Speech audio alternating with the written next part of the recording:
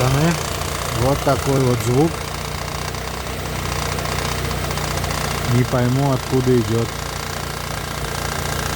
Только при высокой нагрузке, при включенном кондиционере. Сейчас все выключу и посмотрим. Вот и все потребители выключил. Фары, кондей. Печка работает. Из-за чего такой треск, не пойму. Только при нагрузке.